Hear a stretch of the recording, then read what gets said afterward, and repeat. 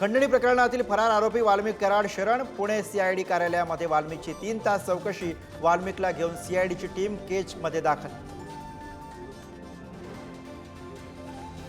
वाल्मिक कराडच्या शरणागतीसाठी 2-3 दिवसांपासून सेटिंग सुरू होतं।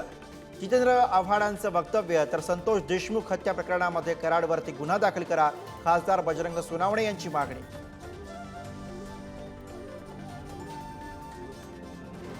मुख्यमंत्री फडणवीसांच्या कडक ॲक्शनमुळेच वाल्मिक कराड सीआयडी पुढे शरण।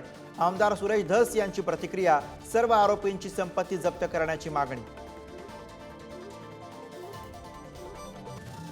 चौकशी पूर्ण होईपर्यंत धनंजय मुंडेंना मंत्रिपदावरून हटवा, संभाजीराजे छत्रपती आणि संदीप क्षीरसागर यांची मागणी।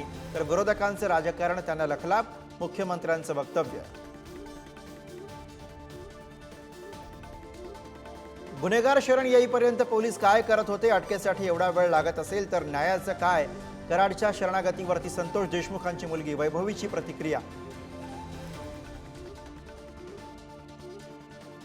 माफी मागितल्याबद्दल अभिनेत्री प्राजक्ता माळीकडनं आमदार सुरेश धस यांना धन्यवाद। मोठ्या मनानं राज्यातील स्त्रियांची माफी मागत नवा आदर्श घालून दिला, प्राजक्ता माळीचं मत।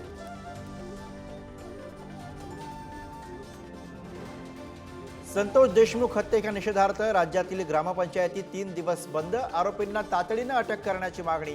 अन्यथा 7 जानेवारीला मुंबईमध्ये धरणं आंदोलनाचा इशारा। मुंबई, सिंधुदुर्ग आणि गोव्यामध्ये सरत्या वर्षाला निरोप। 2024 मधील शेवटच्या सूर्यास्ताला पाहण्यासाठी नागरिकांची गर्दी। न्यूझीलंड आणि ऑस्ट्रेलियामध्ये नववर्षाचं जोरदार स्वागत। ऑकलंड स्काय टॉवरवरनं फटाक्यांची आतषबाजी।